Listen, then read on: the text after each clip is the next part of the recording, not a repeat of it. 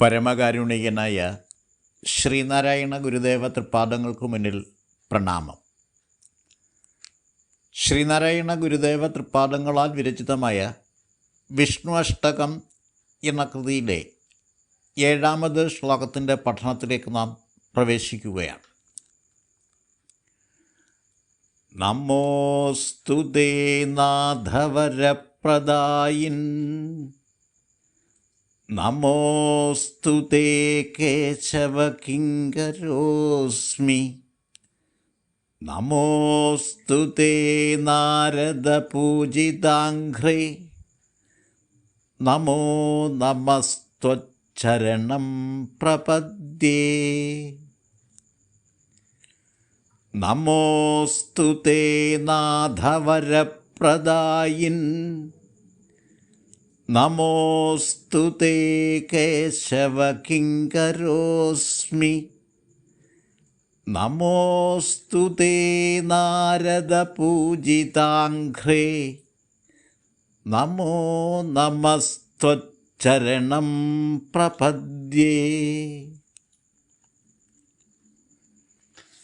നാഥ, നാഥനായിട്ടുള്ളവനെ, വരപ്രദായിൻ, വരം പ്രദാനം ചെയ്യുന്നവനായി വിരാജിക്കുന്നവനെ, നമോസ്തുതേ, തേ നമ അസ്തു, നിനക്ക് നമസ്കാരം ഭവിക്കട്ടെ, നീ നമസ്കരിക്കപ്പെടുമാറാകട്ടെ. കേശവ, തേ നമ അസ്തു, കേശവ, നിനക്ക് നമസ്കാരം ഭവിക്കട്ടെ.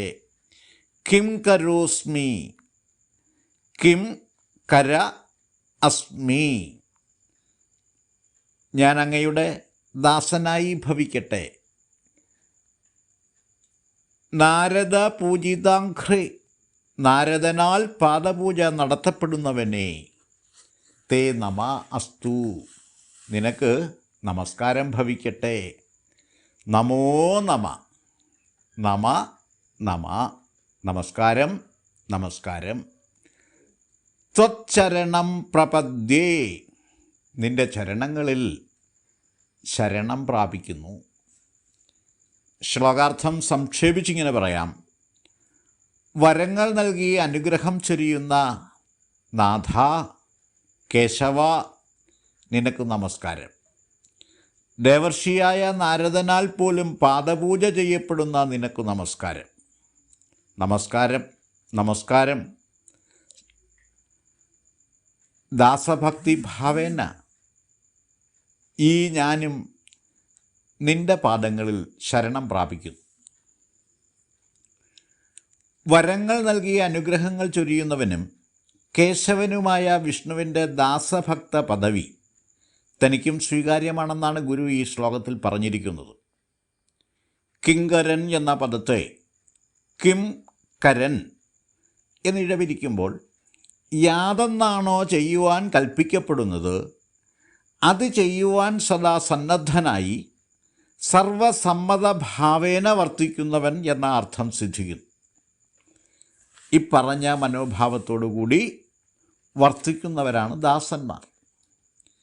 വിശ്വപ്രഭുവും വിശ്വനാഥനും ജഗദാധാരനും സർവരക്ഷകനും ഭക്തജനപ്രിയനും വരദനും കേശവനുമായി വിരാജിക്കുന്ന വൈഷ്ണവ പ്രഭാവത്തിൻ്റെ ഇച്ഛാപ്രകാരമല്ലാതെ യാതൊന്നും ഇവിടെ സംഭവിക്കുകയില്ല. അതുകൊണ്ട് തന്നെ വൈഷ്ണവേച്ഛയെ സ്വന്തം ഇച്ഛയാക്കി മുന്നേറുവാൻ സാധിച്ചാൽ ജീവിതം ശാന്തിപൂരിതവും സുഖകരവുമായി തീരുക തന്നെ ചെയ്യും എന്ന ദൃഢബോധമുള്ളവരാണ് വൈഷ്ണവ ദാസഭക്തന്മാർ. വൈഷ്ണവേച്ഛയെ സ്വന്തം ഇച്ഛയാക്കി തീർക്കുന്നവൻ താത്വികമായി വിഷ്ണു പദവിയിൽ വിലയം പ്രാപിക്കുകയാണ് ചെയ്യുന്നത്. അങ്ങനെയൊരു പദപ്രാപ്തി സംസിദ്ധമായി തീർന്നാൽ പിന്നീട് സ്വയമേവ പ്രവർത്തിക്കുവാനുള്ള പ്രാപ്തി കൈവന്നു ചേരുന്നതാണ്. വൈഷ്ണവദാസഭക്തന്മാർക്ക് ഒരിക്കലും യാതൊരുവിധ ധർമ്മപ്പിഴവും സംഭവിക്കുകയില്ല എന്നു സാരം. തങ്ങൾ എന്തു ചെയ്താലും അത് വൈഷ്ണവേച്ഛയ്ക്ക് നിരക്കുന്നതായിരിക്കും എന്നുള്ള കാര്യത്തിൽ തർക്കമില്ല എന്ന ദൃഢവിശ്വാസമാണ് വൈഷ്ണവ ദാസഭക്തിയുടെ കാതൽ. നാരദൻ പോലും വിഷ്ണുവിൻ്റെ പാദപൂജ നടത്തുന്നു എന്ന പ്രസ്താവത്തെ ശ്രദ്ധാപൂർവം വ്യാഖ്യാനിച്ച് മനസ്സിലാക്കേണ്ടതാണ്. പുരാണപ്രസിദ്ധനായ ദേവർഷിയാണ് നാരദൻ. ശുദ്ധജ്ഞാന ദർശന ഭാഗ്യം സിദ്ധിച്ചവരും ജ്ഞാനസ്വരൂപന്മാരായി തീർന്നവരുമാണ് ദേവർഷിമാർ. അതുകൊണ്ട് തന്നെ ദേവർഷി നാരദൻ്റെ പ്രവൃത്തി അനുകരിക്കുന്നതിൽ യാതൊരു അപാകതയുമില്ല എന്നുള്ളതാണ് വസ്തുതാപരമായ സത്യം. സദാസമയവും നാരായണ മന്ത്രം ഉച്ചരിച്ചുകൊണ്ട് ലോകസഞ്ചാരം നടത്തിയിരുന്ന ആളായിരുന്നു ദേവർഷി നാരദൻ എന്നാണ് പുരാണങ്ങളിൽ പറഞ്ഞിരിക്കുന്നത്. വിശ്വവിധാനീയതയിലെ സ്ഥൈതിക പ്രഭാവത്തെയാണ് നാരായണ മന്ത്രോച്ചാരണ വ്രതത്തിലൂടെ നാരദൻ വാഴ്ത്തി സ്തുതിച്ചത്. നാരായണ പദവും കേശവ പദവും വിഷ്ണു പര്യായങ്ങളാണ്. നാരത്തിൽ അഥവാ ജലത്തിൽ അയനം ചെയ്യുന്നവൻ നാരായണനും പ്രളയജലത്തിൽ ശവം പോലെ നിശ്ചേഷ്ടനായി കിടക്കുന്നവൻ കേശവനുമാണ്.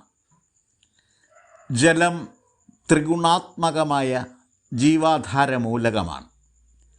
ജീവൻ്റെ നൈരന്തര്യ പ്രവാഹത്തെ സ്ഥൈതികതയായി വ്യാഖ്യാനിക്കുമ്പോൾ വിഷ്ണു പ്രഭാവം സ്ഥൈതിക സംസ്ഥാപന പ്രതീകമായി മാറുന്നു. കേശം എന്ന പദത്തിന് മുടി എന്നും സൂര്യരശ്മി എന്നും അർത്ഥങ്ങളുണ്ട്. മുടിക്ക് സ്ഥാനപരമായ ഉത്കൃഷ്ടത എന്ന അർത്ഥകൽപ്പന നൽകി വ്യാഖ്യാനിക്കുമ്പോൾ ത്രിമൂർത്തികളിൽ മുമ്പൻ അഥവാ ശ്രേഷ്ഠൻ എന്ന അർത്ഥം പറയാവുന്നതാണ്. പുരാണങ്ങളിൽ പല കഥകളിലും ത്രിമൂർത്തികളിൽ ആരാണ് ശ്രേഷ്ഠൻ എന്ന ചോദ്യത്തിനുള്ള ഉത്തരം ദൃഷ്ടാന്ത കഥകളിലൂടെ സമർത്ഥിക്കപ്പെട്ടിട്ടുണ്ട്. വൈഷ്ണവ പുരാണങ്ങളിൽ വിഷ്ണുവിനെ ത്രിമൂർത്തികളിൽ ശ്രേഷ്ഠനായി സമർത്ഥിച്ചിരിക്കുന്നു. ഈ അർത്ഥത്തിൽ കേശവ പദത്തിന് ത്രിമൂർത്തികളിൽ പ്രമുഖൻ എന്ന അർത്ഥം പറയാവുന്നതാണ്. കേശത്തിന് രശ്മി എന്ന അർത്ഥം സ്വീകരിക്കുമ്പോൾ ത്രിമൂർത്തി ഭാവരശ്മികളെ സദാ പ്രവഹിപ്പിച്ചുകൊണ്ടിരിക്കുന്ന പ്രഭാവശക്തി അഥവാ പ്രഭാവമൂർത്തി എന്ന അർത്ഥം സിദ്ധിക്കുന്നു. കേശവപദത്തെ കേശവവത് പ്രതിഭാതി എന്ന തരത്തിൽ അന്വയിച്ച് വ്യാഖ്യാനിക്കുമ്പോൾ ശൈവപ്രഭാവ പൊരുളായ സംഹാരധർമ്മത്തെ പിന്തുണച്ചുകൊണ്ട് നിസ്സംഗനായി നിശബ്ദം വർത്തിക്കുന്ന വിഷ്ണുഭാവത്തെയാണ് ദർശിക്കുവാൻ സാധിക്കുന്നത്. പ്രളയാനന്തര കാലത്ത് അഥവാ കൽപ്പാന്തകാലത്ത് എല്ലായിടവും പ്രളയജലത്താൽ നിറയപ്പെട്ടിരിക്കുമെന്നും ആ സമയത്ത് വിഷ്ണു ജലോപരി നിശ്ചേഷ്ടനായി ശയിക്കും എന്നുമാണ് സങ്കല്പം ചെയ്തിരിക്കുന്നത്. ഈ വൈഷ്ണവ തത്വം അനുസരിച്ചുള്ള വൈഷ്ണവ സിദ്ധാന്തമനുസരിച്ചുള്ള ലോകാവസാനത്തെ അങ്ങനെയാണ് വർണ്ണിച്ചിരിക്കുന്നത്. അപ്പോൾ ആ സമയത്ത് ലോകമൊത്തം പ്രളയജലത്തിൽ ആഴ്ന്നു പോയാൽ അവിടെ യാതൊരു സ്ഥൈതിക പാലനത്തിനുമുള്ള സാധ്യത ഇല്ലാതെയായിത്തീരും. സർവ്വതും നശിച്ചു പോകും, വെള്ളത്തിൽ മുങ്ങി നശിച്ചു പോകും. ആ സമയത്ത് നിസ്സംഗനായി നിശ്ചേഷ്ടനായി വിഷ്ണു പ്രളയജലത്തിൽ പൊന്തിക്കിടക്കുന്നു എന്ന് പറഞ്ഞാൽ അതിൻ്റെ അർത്ഥം സംഹാരമൂർത്തിയായ ശിവൻ്റെ സംഹാരധർമ്മഫലമായിട്ടാണ് ആ പ്രളയം അല്ലെങ്കിൽ ലോകാവസാനം അത്തരത്തിൽ സംഭവിക്കുന്നത്. അത് വിശ്വനിയതിയുടെ അനിവാര്യതയാണ്, അല്ലെ വിശ്വനിയതി അങ്ങനെ തന്നെയാണ് സംഭവിക്കേണ്ടത് എന്നുള്ള മൗന സമ്മതവും മൗനാനുവാദവുമാണ് അവിടെ ഉള്ളത്. അവിടെ ആ ഒരു നാശത്തെ എതിർക്കാനോ അല്ലെ അവിടെ നിർബന്ധപൂർവം സ്ഥൈതികത നിലനിർത്താനോ ഉള്ള മത്സരം നടത്തുന്നതിന് പകരം പ്രളയജലത്തിൽ ശവം പോലെ നിശ്ചേഷ്ടനായി കിടക്കുക മാത്രമാണ് വിഷ്ണു ചെയ്യുന്നത് എന്നുള്ള ആ സങ്കല്പം അത് ചിന്തോദ്ദീപകമാണ്. അപ്പോൾ അവിടെ സൃഷ്ടിന്മുഖ സംഹാരാത്മകമായ വിശ്വപ്രപഞ്ചത്തെ അല്ലെ പ്രാപഞ്ചികതയുടെ ആ അനിവാര്യതയിൽ തനിക്കുള്ള യോജിപ്പ്, അതിനുള്ള സഹവർത്തിത്വം അല്ലെങ്കിൽ പാരസ്പര്യം, അത് ആ വൈഷ്ണവ ധർമ്മത്തിൻ്റെ തൃത്വത്തിലെ ഏകാത്മകതയുടെ പ്രഭാവസൂചകമാണ്. കാരണം അവിടെ യാതൊരു വിധമായ എതിർപ്പും കൂടാതെയാണ് കേശവഭാവത്തിൽ വിഷ്ണു നിലകൊള്ളുന്നത്.